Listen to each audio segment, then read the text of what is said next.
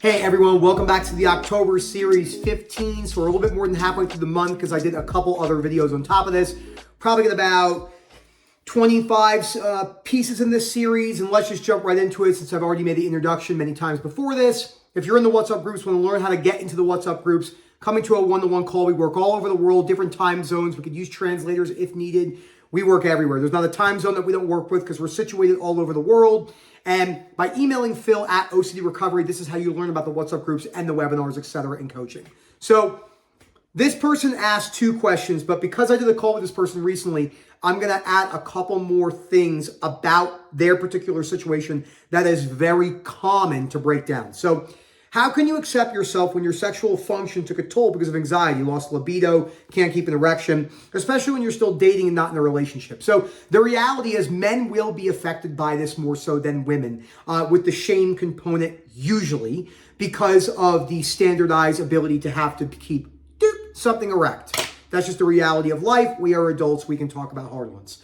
So this is just something where women on the other side, a lot of them will say stuff like, it doesn't feel consensual because of the whole societal beliefs about if you're not fully into it, then maybe he was taking advantage of you and all that. But that's not what this is about. So I had to accept personally, especially when I was withdrawing from adult websites, coming up on 3 years not using them, all the stuff I talk about with my particular ROCD, which the fear for me was the fear of being with one person for the rest of my life, which was boring. Why would I do that? I don't have a problem with the other aspect of that. I'd rather be single and do what I want. But I realized that that's not how my beliefs were very rigid on either direction. So you have to accept that for now and not avoid sexual interactions, which is what many people will do. I have friends of mine who do not have OCD who have opened up to this about this with me because they know I do this at OCD Recovery. One friend in specific about 2 to 3 years ago who told me he was not having sex with any women. Very good looking guy, great job, made 6 figures, etc. because of this particular fear pattern he had. And I said he had to go out there and stop avoiding. So you are going to have to break down the shame, guilt component of the unconditional acceptance that even if I get into a relationship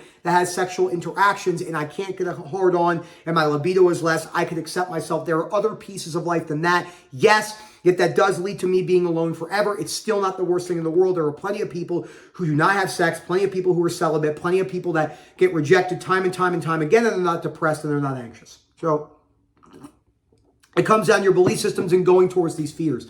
If I were you in this situation, and I believe this person is single, I could be wrong. My goal would be going out there and trying to engage in as much sexual relation as I can to give myself an opportunity to face that rejection over and over and over again. Again, that will be up to you. Number 2, what to do when anxiety latches onto your dating processes. You will doubt yourself all the time. Was this the right way to ask them out? So you have to learn to leave that automatic rumination there, not going down the rabbit hole with it and adding the extra rumination on top of that, which is what people do. You hear people say rumination is a compulsion. That is absolutely incorrect. I always use the example with a female. I'll say to them, imagine if you were 2 days on your menstrual cycle and I came up to you and I said, hey, do me a favor, turn your menstrual cycle symptoms off like a light switch. Snap.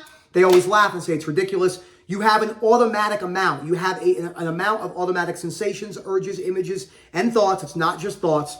Many more. Just thoughts are just a piece of, as I say, of OCD recovery. I have to repeat that over and over and over again because so many people focus on thoughts, and OCD is a belief disorder. The belief of, what if I said the wrong thing? It all is perfectionism. And it could be the fear of being alone, the fear of not being able to find a partner, and that leads to you being alone forever. You have to keep on going out there and putting yourself in dating situations, whether it's speed dating, whether it's asking people out in person, whether it's not just living in the DMs and Tinder and Bumble and Hinge and all these other dating apps. Having conversations on a dating app and then not engaging in the process of meeting with them in person and trying to pursue in-person rejection it's not the same. I mean, being rejected by someone on there has feelings, but it's not like someone looking you in the eyes and saying, hey, like, I don't want to be with you anymore for XYZ reason. So you have to go out there and try it. So is this a good text to send? If you are repeating, and I don't edit really anything.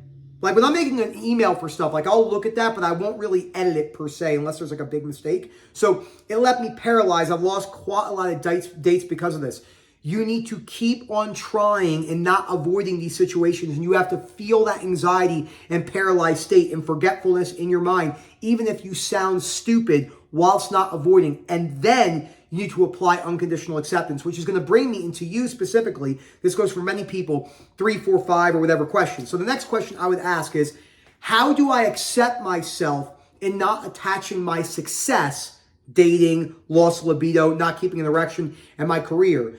So this individual, like many people I work with, come from particular cultures, right? Usually Asian cultures, India, areas of Korea, China, Japan, where societal success based around materialism and money and success and accolades are viewed in a very high aspect. This is completely understandable, but completely asinine and ridiculous. But it's unfortunate because when you've been raised in this, I'm working with someone right now also living in China. We were talking about this and the realities of success. This does come down to accepting yourself and your failures, realizing that you will fail. Remember this too, when you're developing unconditional acceptance, you're not going to get to a point where you don't, I did it again, bro. It's looking, I've gotten so much better at this. So when you don't where you make mistakes and you don't feel anything.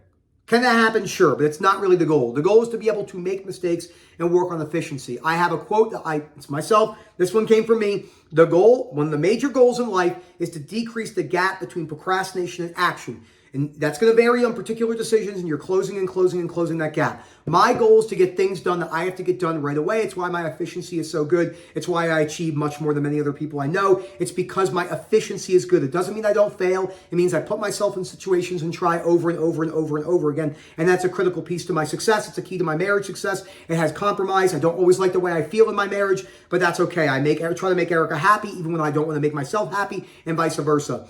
The same thing goes with my career. I'm going to try at my career, but I'm more than likely going to fail. If my parents disown me, etc., easier said than done. I understand the societal pressures, but that's a big thing. Number 4 is, how do I adopt unconditional acceptance with all of this stuff? Well, number 1, you have to read the books on the reading list, which I do believe this person has done. That's always step 1. The first step to solving any problem is understanding there is a problem and then applying the principles to solve that problem. That's always part 1. Number 2 is time and patience. For someone like myself who tend to be a very hyperactive individual my entire life, from the moment my eyes open to the moment I go to sleep, for the most part, I'm a human, I feel tired. But I have to put myself in a situation where I have to say, this is probably going to take a little bit longer than I want. And that was a critical piece.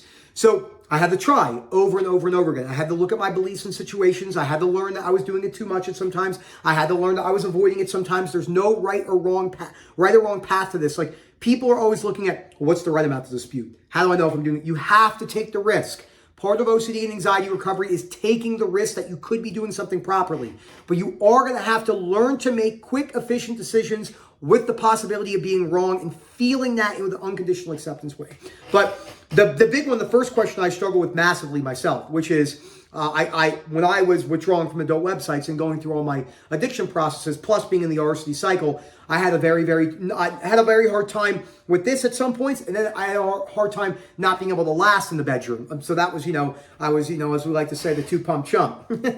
Just the reality of it, because I just could not, I was so sensitized in so many ways that I could not last. Which was opposite, because I went from being able to last too long because of my desensitization from watching adult websites to the complete opposite. And I was like, what? So I had to deal with that myself, but I had to keep trying. I remember Rob and I speaking, he's like, just keep trying, don't avoid sex, try to have sex a couple times a week, etc., and see how things go. If you can't keep an erection, try anyway, do other things, etc.